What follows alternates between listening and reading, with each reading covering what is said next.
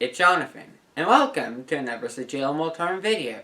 Today, because St. Patrick's Day was just a few days ago, we'll be talking about the flag of Ireland. It is a green, white, orange tricolour that is used by the Republic of Ireland, also known simply as Ireland.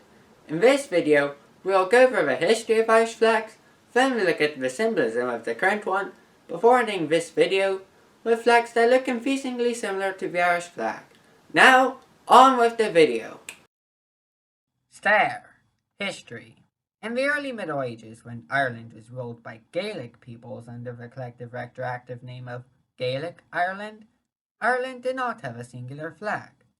Hence, the history of Irish flags can be said to begin in the 1100s, 1200s, and 1300s, when parts of Ireland were invaded by England and made a vassal state called the Lordship of Ireland, with the Lord of Ireland being the King of England as well. Beginning in 1386, the coat of arms of the Lordship of Ireland was a blue background with a white outline on the outside and 3 crowns on the inside. This design was also made into a flag the same year. This can be considered the first flag of Ireland. This flag lasted until 1542, when the Lordship of Ireland became the Kingdom of Ireland, another client state of England, and so a new flag was adopted. The Royal Standard of Ireland was a blue field with a golden harp, a popular Irish instrument, on it. Other than the Royal Standard itself, there are also flags and coats of arms for each of the 4 provinces of Ireland beginning in the early 1600s. The 4 provinces are Ulster in the north, Connacht in the west, Leinster in the east, and Munster in the south. Each of these provinces were political divisions at the time, are now just cultural and historical regions. During the early 1600s, they each got their own coats of arms, as follows. Ulster used a yellow field with a red cross on it, and a white shield with a red hand in the center. Munster used a blue field with 3 crowns on it. Connacht opted to split its shield into 2 segments, with one side featuring a white field with a black eagle, and the other featuring a knight's arm holding a sword. Finally, Leinster used a green background with a golden harp on it. All 4 of these coats of arms were also banners of arms, which will be somewhat important for the history of Irish flags. Although the provinces are no longer administrative regions, their flags are still sometimes used for historical purposes. As for the Royal Standard of Ireland itself, it would go on to be used almost continuously as the standard of the King of Ireland for the next 259 years. In fact, the only interruption of the Royal Standard's usage from 1542 until 1801 was from 1642 until 1660 with the English Civil War and the resulting Commonwealth. When the English Civil War began in 1642, Ireland became self-governing as Confederate Ireland. Although the Irish Catholic Confederation, as it was also known, still recognized the King of England as King of Ireland, it was actually at war with both the English monarchy and the parliamentarians until Ireland sided with the English monarchy in 1648. The Confederation used several different flags throughout its existence. One of them was a green field with a harp on it, which is just a shade away from the flag of Leinster and also resembles the Royal Standard of Ireland. This flag would then become known as the Green Harp flag. The Confederation also used a war flag that featured a green field with a red circle containing a white cross in the center. Above the circle is a crown with the letters CR standing for Carolus Rex, meaning King Charles, a reference to the King of England and Ireland of the time. Below the circle is another reference to Charles I in the form of the Latin Vivat Rex Carolus, meaning Long live King Charles. The Confederation and its flags lasted until the Commonwealth of England took over Ireland in 1652, resulting in its flags flying over England, Scotland, and Ireland for a few years, as I mentioned in my British flag video. However, in 1660, the Commonwealth was dissolved with the restoration of the monarchy of England, Scotland, and Ireland, and with it the flags that Great Britain and Ireland had used before the 1640s. After 1660, the King of Ireland would retain the pre-1642 Royal Standard until 1801, although in the standard's last years, it was joined by another flag. In 1783, a new Irish constitution granted the Kingdom of Ireland legislative independence. As a result, in that same year, a white field with a red diagonal cross was adopted as the flag of Ireland. This cross is called the St. Patrick's Saltire, after Ireland's patron saint. However, Ireland's new self-government wouldn't last too long. For in 1798, the Irish Rebellion occurred when a revolutionary group called the Society of United Irishmen tried to make Ireland a republic, inspired and backed by the First French Republic. As a result, from August 22nd until September 23rd, 1798, France very briefly created a puppet state called the Irish Republic, which, despite claiming the whole of Ireland as its territory, only actually controlled the province of Connacht, and even then only for a very short amount of time. The French-controlled Irish Republic, not to be confused with today's Ireland, used the same green harp flag that had been previously used in the English Civil War, and which was reused by the United Irishmen. This revolt was unsuccessful, and the flags of the Kingdom of Ireland would be retained for 2 more years. In a direct response to the Irish Rebellion of 1798, in 1800, the Parliament of Ireland and the Parliament of Great Britain passed the Acts of Union 1800, which effective from January 1st, 1801, merged the Kingdom of Ireland into the Kingdom of Great Britain to form the United Kingdom of Great Britain and Ireland. As a result, the post of King of Ireland was abolished, and with it the need for a separate Irish royal standard, although to this day the blue field of a golden harp still occupies the bottom hoist corner of the royal shield of the United Kingdom. Other than the Union Jack and the St. Patrick's Saltire, there was also the flag of the Lord Lieutenant of Ireland, a royally appointed governor of Ireland as a constituent country of the United Kingdom. The Lord Lieutenant standard, adopted in 1821, was the same as the Union Jack, but with the coat of arms of Ireland in the centre. The pattern of putting a regional coat of arms on the Union Jack was, by the way, also used for colonial administrators. Either way, the standard of the Lord Lieutenant was, alongside the St. Patrick's Saltire, the closest thing Ireland had to a flag as part of the UK.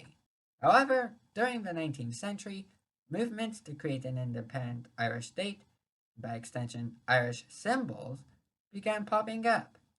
The first known usage of green, white, and orange as Irish colours was in 1830 when Irish nationalists wore green, white, orange cockades to celebrate the July Revolution that happened in France earlier that same year, which, as viewers of my own video on the flag of France should remember, reinstated the blue, white, red tricolour as the French national flag after 15 years of the absolutist white flag being used.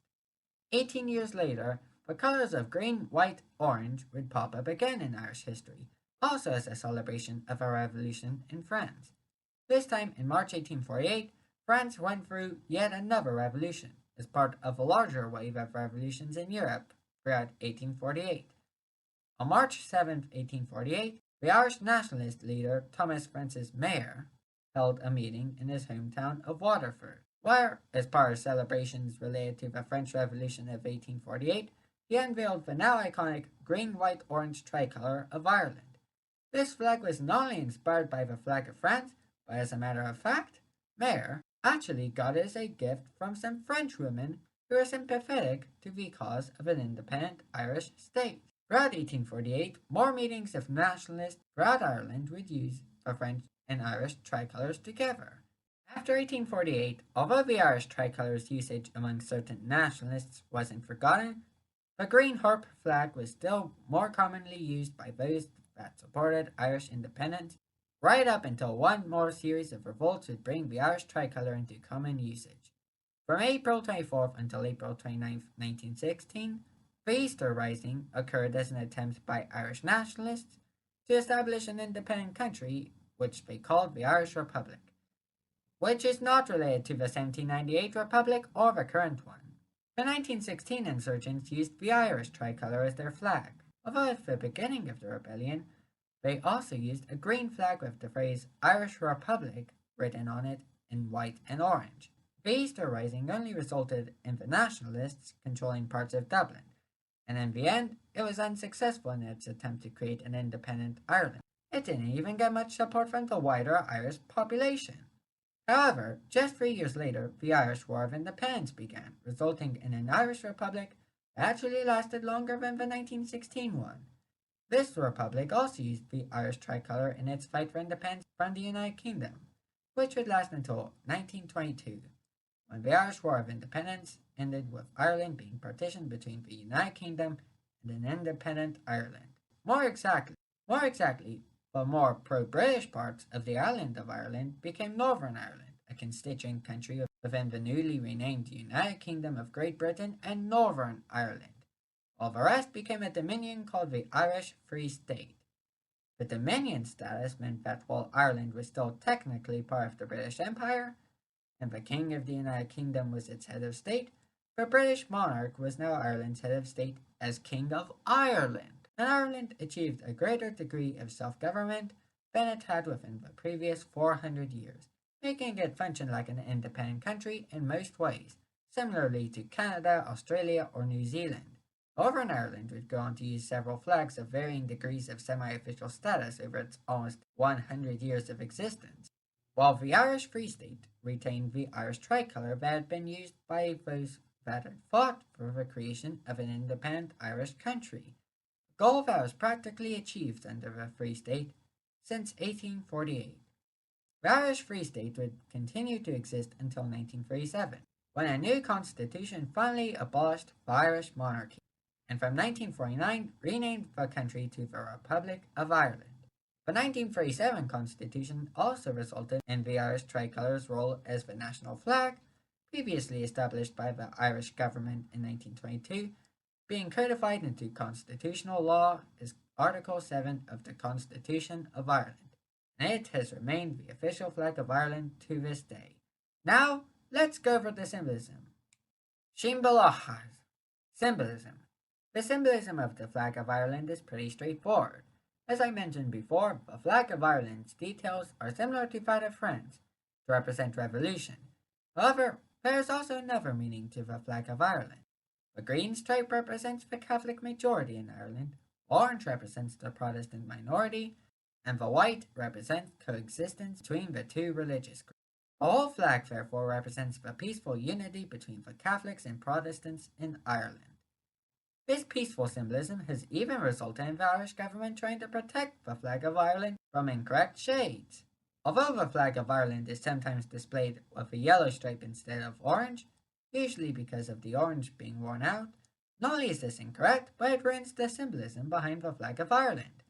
As a result, in 2019, when the Department of the Taoiseach, or Prime Minister, issued a document in English and Irish about the usage of the flag of Ireland, the Taoiseach made sure to dedicate an entire section to this inaccuracy. This section says, quote, "Sometimes shades of yellow or gold instead of orange are seen at civilian functions. This is a misrepresentation of the national flag and should be actively discouraged." Another article issued by the Taoiseach also mentions that these worn-out flags should be disposed of, for much the same reasons stated before. In other words, if the right stripe of your Irish flag is looking more yellow than orange, it's time to get a new flag. Now for the last and funniest part of the video. Donna ve eto maval le.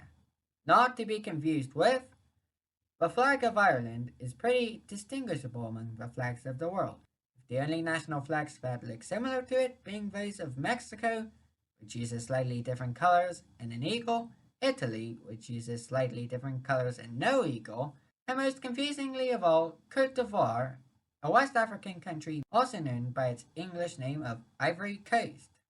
Other than slightly different shades of orange and green, the only differences between the flags of Ireland and Côte d'Ivoire lie in the proportions and the positioning of the orange and green.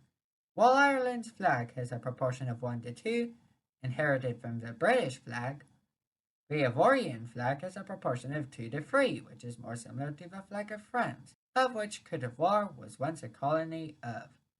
The positioning of the colours is also slightly different, with Ireland pitting green on the hoist and orange on the fly, and Côte d'Ivoire pitting orange on the hoist and green on the fly. In order to illustrate this, here is a picture of the flags of Ireland and Côte d'Ivoire side by side. On the left is Ireland, which you can tell by its positioning of green toward the hoist and orange toward the fly, while on the right is the flag of Côte d'Ivoire, which is different from Ireland in its inversion of the green, white, orange colors.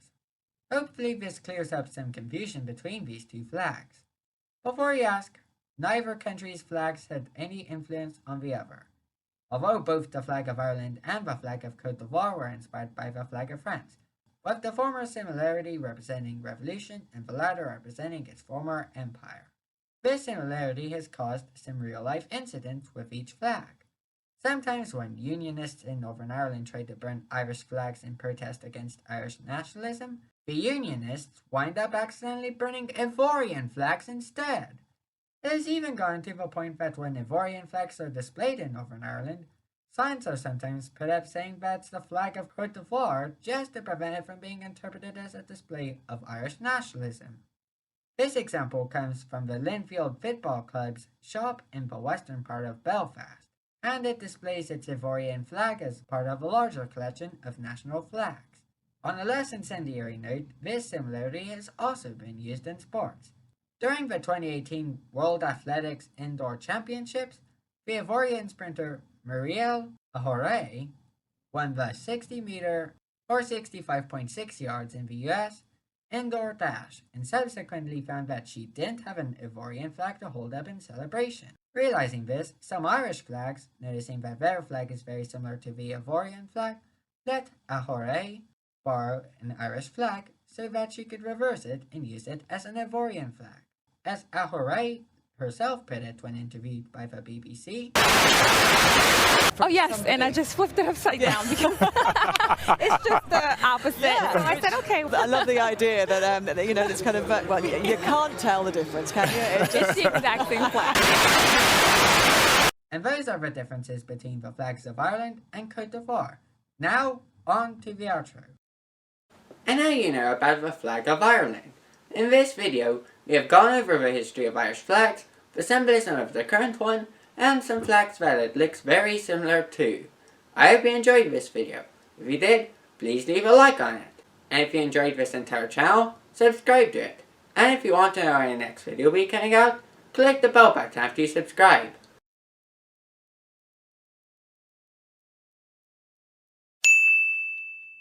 And I'll see you in the next video.